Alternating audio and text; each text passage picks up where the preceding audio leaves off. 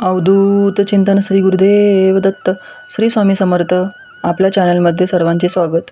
आजचा आपला विषय आहे गुरुपुष्य अमृत योगावर करा 12 फुलवातींची सर्वात प्रभावी सेवा आणि धनवृद्धीसाठी उपाय. चला तर मग व्हिडिओला सुरुवात करूया. गुरुपुष्य अमृत योग काय आहे? पंचांगाप्रमाणे जेव्हा गुरुवारी पुष्य नक्षत्र येते त्या दिवशी गुरुपुष्य अमृत योग होतो. हा योग विशेष फलदायी असतो. या दिवशी दिलेली सेवा व उपाय करून गुरुकृपा प्राप्त करून घ्यावी. गुरुपुष्य अमृत योग हा आरोग्यदायी, शुभदायी, लक्ष्मीकारक, धनदायी गुरुपुष्य अमृत योगाचा शुभदायी पुण्यकाल असतो. या काळात आवर्जून श्री स्वामी चरित्र सारामृत या पोथीचा एक पाठ अवश्य करावा. तसेच 11 माळी श्री स्वामी समर्थ जप करावा. या सेवेने श्री स्वामी समर्थ महाराजांची कृपा होईल, लक्ष्मी प्रसन्न राहते. इतर सेवा. या दिवसाचे महत्त्व. श्री प्रभू रामचंद्रांचे लग्न या गुरुपुष्य अमृत योगावर लागले होते, परंतु साक्षात परमेश्वर असून सुद्धा त्यांना सुखाचा संसार करता आला नाही. वैवाहिक आयुष्य अत्यंत खडतर वनवासात होते. तेव्हापासून अशी एक धारणा आहे किंवा प्रथा रूढ झाली आहे की या योगावर विवाह करत नाहीत. बाकी सर्व कार्यास शुभपुण्यदायी असा हा योग असतो. गुरुवारी आलेले हे पुष्य नक्षत्र मात्र लहान बालकांना औषध प्राशन करण्याकरता व सुवर्णजल प्राशन करण्यासाठी फार उपयुक्त असतो. हे नक्षत्र श्री लक्ष्मीकारक आहे. या योगावर सराफाकडून एक चांदीचे निरंजन आणावे. हे निरंजन आणून सलग 12 दिवस चढत्या क्रमाने वाती लावाव्या. पहिल्या दिवशी दीपपूजन करावे. पुढील क्रम असा ठेवावा: पहिल्या दिवशी 1, दुसऱ्या दिवशी 2, तिसऱ्या दिवशी 3, 4, 5, 6, 7, 8, 9, 10, 11 व 12व्या दिवशी 12 याप्रमाणे वात प्रज्वलित करून लावावी व नंतर जे 12 दिवसानंतर वाती 13व्या दिवसापासून उतरत्या क्रमाने लावाव्या.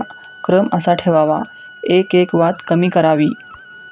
13व्या दिवशी 11, 14व्या दिवशी 10, 15व्या दिवशी 9, 16व्या दिवशी 8, 17व्या दिवशी 7, 18व्या दिवशी 6, 19व्या दिवशी 5, 20व्या दिवशी 4, 21व्या दिवशी 3, 22व्या दिवशी 2, 23व्या दिवशी 1 याप्रमाणे वात लावावी. एकूण हा 23 दिवसांचा कार्यक्रम आहे. मासिक धर्माचे 4 दिवस वगळून कार्यक्रम सुरू ठेवावा. यात शुद्ध गाईचे तूप वापरावे. हा अत्यंतच प्रभावी लक्ष्मीप्राप्ती व आर्थिक प्रगतीसाठी करायचा उपाय आहे. अर्थातच त्या व्यक्तीने नित्यसेवा केलेली असणे व करणे आवश्यकच आहे, तरच गुण लवकर येतो. तसेच या पुण्यकाळात नित्यसेवा ग्रंथातील धन्वंतरी मंत्राचा व सर्व रोगनाशक मंत्राचा 1 माळ जप करून ते तीर्थ घरात सर्वांनी घ्यावे. नित्यसेवा या काळात करता आली तर अतिउत्तमच आहे. तसेच हा योग लहान बालकांना औषधयुक्त सुवर्णजल प्राशन म्हणजेच पिण्यासाठी करण्यासाठी अत्यंत शुभ असतो. यास सुवर्ण प्राशन संस्कार म्हणतात. पुष्य नक्षत्र हे औषधी व रोगनिवारण करणारे शुभ नक्षत्र आहे.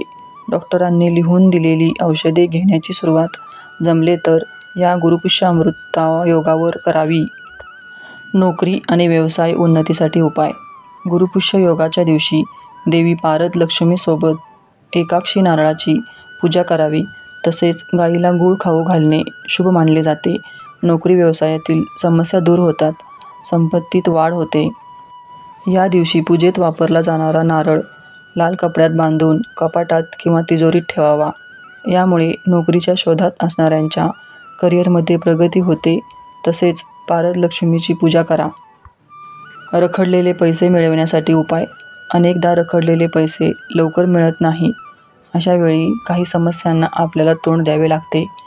गुरुपुष्य योगाच्या दिवशी घराबाहेर कुंकू आणि हळद लावून स्वस्तिक बनवा. दक्षिणावर्ती शंखाची पूजा करा.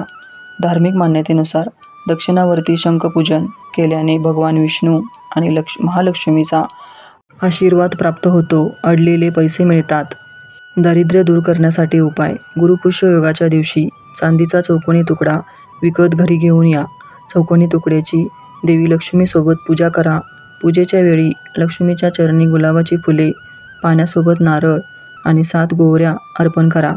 त्यानंतर मध्यरात्रीच्या नंतर या गोवऱ्या घराच्या चारही कोपऱ्यामध्ये ठेवाव्यात आणि चांदीचा चौकोनी तुकडा नेहमी सोबत ठेवावा. धनलाभासाठी उपाय. गुरुपुष्य योगाच्या दिवशी श्रीयंत्र घरी आणून लाल कपड्यावर ठेवा. त्यावर कच्चे दूध आणि गंगाजलाचा अभिषेक करून देवी लक्ष्मीजवळ ठेवा. यानंतर देवी लक्ष्मीसोबत श्रीयंत्राला हळदी कुंकू लावून साखर अर्पण करा. त्यानंतर 21 वेळा श्रीसूक्ताचे पठण करा. कमळगट्ट्याच्या जपमाळाच्या मदतीने लक्ष्मी देवीच्या मंत्राचा जप करा. असे केल्याने तुमची संपत्ती वाढेल, मान सन्मानासह सौभाग्य वाढेल. गुरुपुष्य अमृत योगात हा उपाय करा. गुरुपुष्य योगामध्ये भगवान विष्णू आणि देवी लक्ष्मीची विधिवत पूजा केल्यानंतर केशर असलेले खीर अर्पण करा. या दिवशी कनकधारा स्तोत्राचे पठण करावे. यानंतर खीर सर्वांना प्रसाद म्हणून वाटावी. असे केल्याने जीवनातील तणाव संपेल आणि संपत्ती वाढेल. व्हिडिओ आवडल्यास लाईक, शेअर, सबस्क्राईब करा. धन्यवाद. श्री स्वामी समर्थ.